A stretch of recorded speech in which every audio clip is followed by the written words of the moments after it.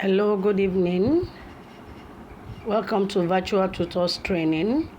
I am Mrs. Akindikwe Olanike Emanuela, your instructor, and I will be taking you on English language. I will be teaching the phonics aspect of English.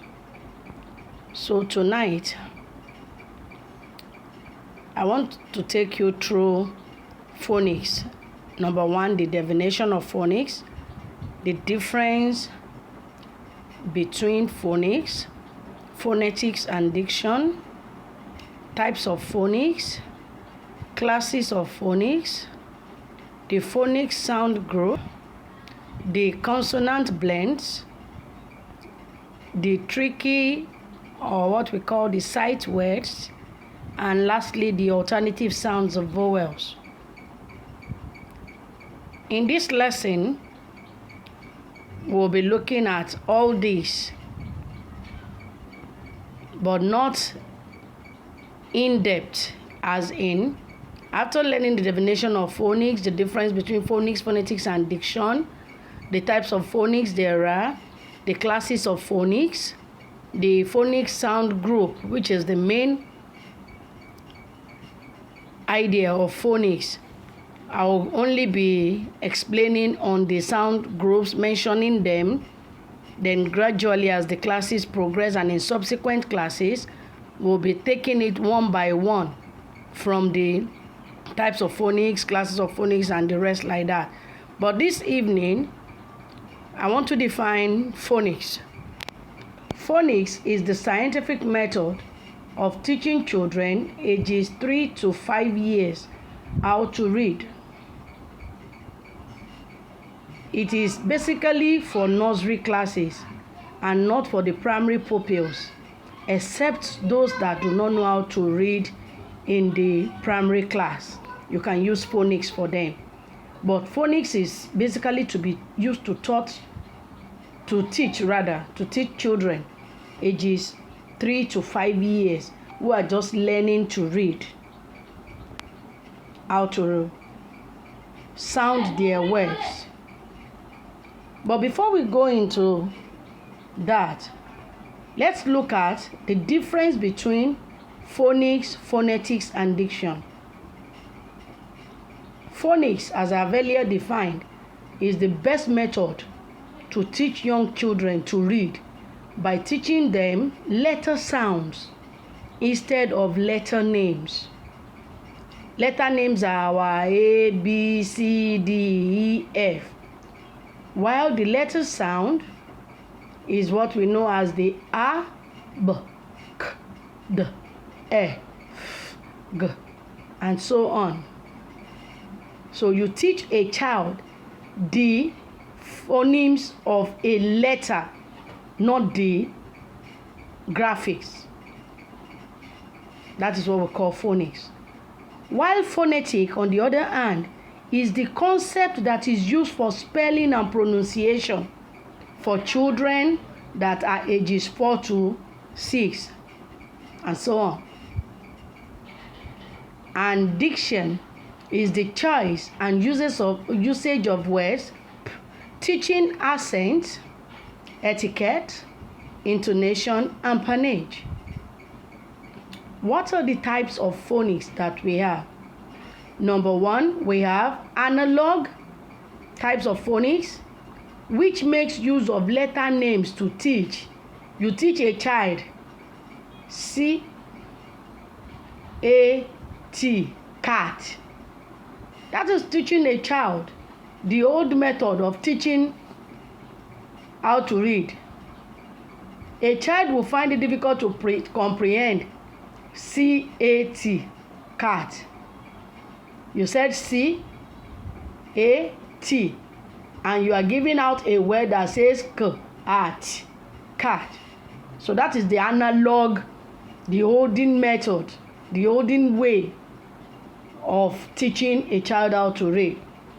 The analytical phonics involves the analysis of words, while the embedded types of phonics is known as the Montessori phonics. And the last one, the synthetic.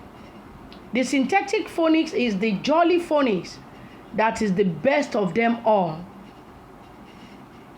It's a friendly, fun, and play way method of teaching a young child how to read.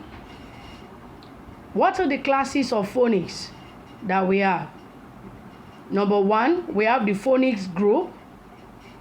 Number 2, we have the consonant blends. And number 3, we have the tricky or sight words.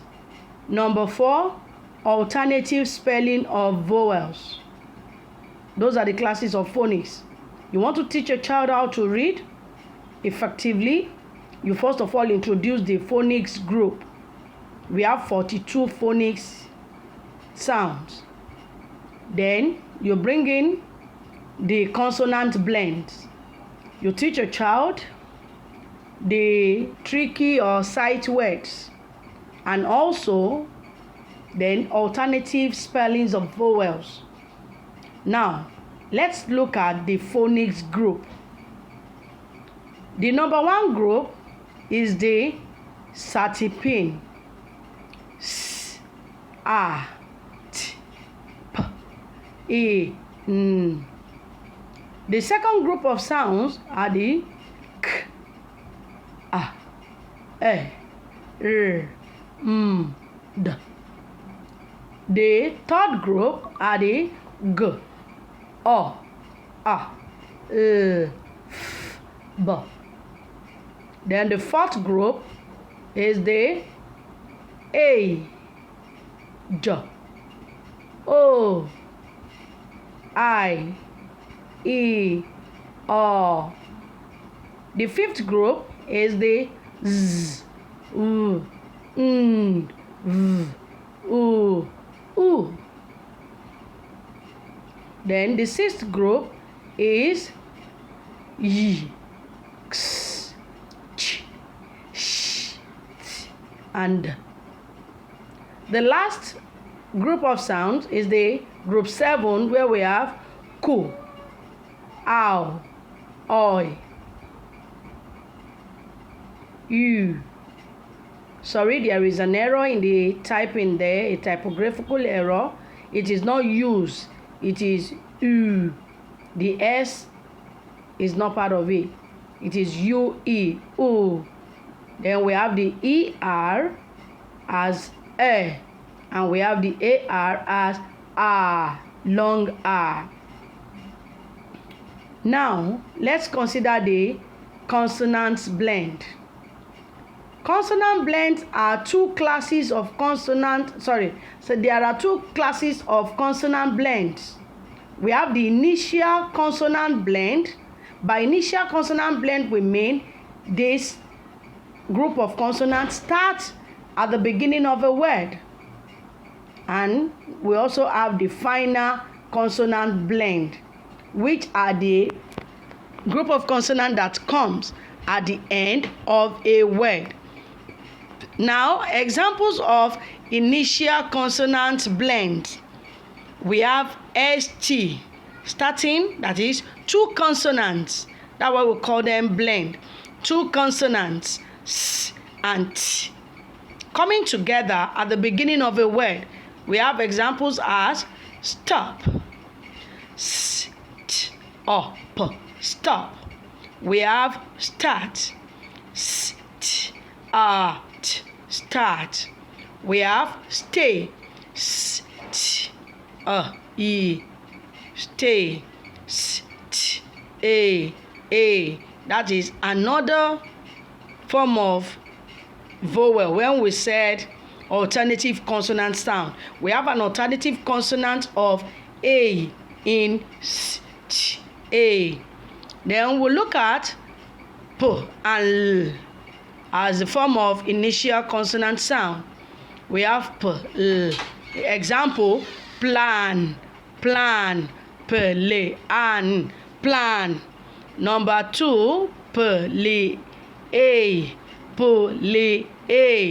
play. Then we have play, out, plot. Then another one is de and re. De re. Example in drink, de re. Ink, drink, de re. Dry, de re. Up, drop. Then we have another form of consonant blend, l, flash, flog, flat, and so on and so forth. We have a lot that are consonant blend, that are initial consonant blend. Then let's look at the final consonant blend. We have the nt, n and t, as in bo, nt, bent, re, nt, rent, se, nt, sent. Also we have sk.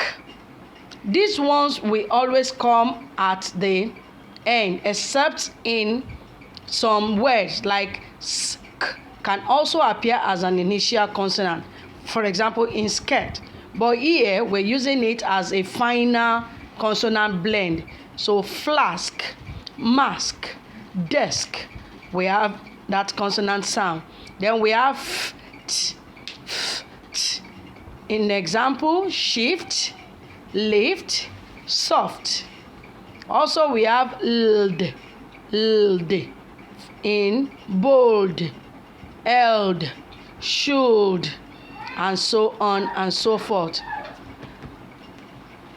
Then we move to tricky words, or what we call the sight words. These are irregular English words that cannot be spelled by using the phonics sound. What we're saying here is that there are some words that are tricky. You only have to teach a child to memorize it. The sound of phonics cannot carry them. For example, go. You can't use sound, because if you say g, oh, that is go. It doesn't give you the word go. So tricky words are important, and they are to be learned by the pupils using English letter names and memorizing it. Example of tricky or sight words are so, so, go, my, be, she, you, any. If you try to use the phonics sound to call any of these, let's say you want to say so and you want to sound it for a child, you have to say s, or that will give you so instead of so. Me. It's different from my. You, which will give you you. If you use sound, you will have y, ow, ye, or, you, or, de, or, ni, done. Is different from done. So all these words and many more are to be learned by sight by a child. That's why we call them tricky or sight words. Now let's look at the alternative spelling of sounds. Alternative spelling of vowel sounds. These are complex sounds that have the same pronunciation with some of the phonics name sounds, but are represented with different letter patterns. For example, in the course of our learning here, we have mentioned the word stay. Stay has the sound s, t, a, and the a there is ay, contrary to the ai that we learnt under the phonics group of sound. We have ai there as a, but in stay we have xta. Ay is an alternative sound to ai, which we call a, but it will also give you the sound a. That's why we said alternative spelling of vowel sound. We have a lot of them like that. So the last thing I want us to do as our class assignment, classwork rather, I mentioned some sound and their alternative sound. I wrote O, sound O. The sounds in front of it are the alternative sounds. The O, we have alternative O-U-G-H, and we have A-U. The two here give us the sound O. O-U-G-H can be found in example, thought, t, o, t, t, o, t. We get thought there. Then we have A-U appearing in H-A-U-L-A-G-E. Knowledge, knowledge, knowledge. Then we have O-A, O, O, O. It can be, or it can appear, as O-W and O-E, meaning that there are some words that have O-E in them that give you the sound O. For example, in boat, we have B-O-T, boat. We have now alternative sound S-O as in so, S-O as in so. We also have O-W-E as in O, O, to owe someone something. Also we have I-E, sound I-E as in I, as in your tie. We can have alternative sound I-G-H, giving you the sound I. Then we can have I-E. We can also have Y. We can also have E-I-G-H, giving us the sound I. Let's look at this example. In I, as in high school or something is I, we have H-I-G-H, giving us I. We also have I-E in bite, bite. We see buy in Y in buy. We have Y in buy. Then we see E-I-G-H in height. So we can see that the sound I-E, I, can be represented with other sounds. Then the last one that I want us to consider here is the E. E have alternative sound appearing as E-A. Then we have E-E as in E-E. For example, B. Then we have T. B as E-E, giving us the sound E. T as E-A, giving us the same sound E. Even, E-V-E-N, even has the same sound E, giving us the sound E. So there are more and more examples of alternative spelling of vowels, but this is where we're going to be stopping today. I want to believe that you have gained something from this class, and if you have, I would like you to try to go over these notes. That will be our assignment. I want you to go over these notes from the beginning again by yourself. Try to write some words that have alternative sounds. of the vowels that we have looked at. While I await to see you next class to go through your work and make the necessary corrections wherever there is an error, I look forward to seeing you again. I love you and would like to see you again. This is where we'll be rolling the class over for today. Love you. Bye.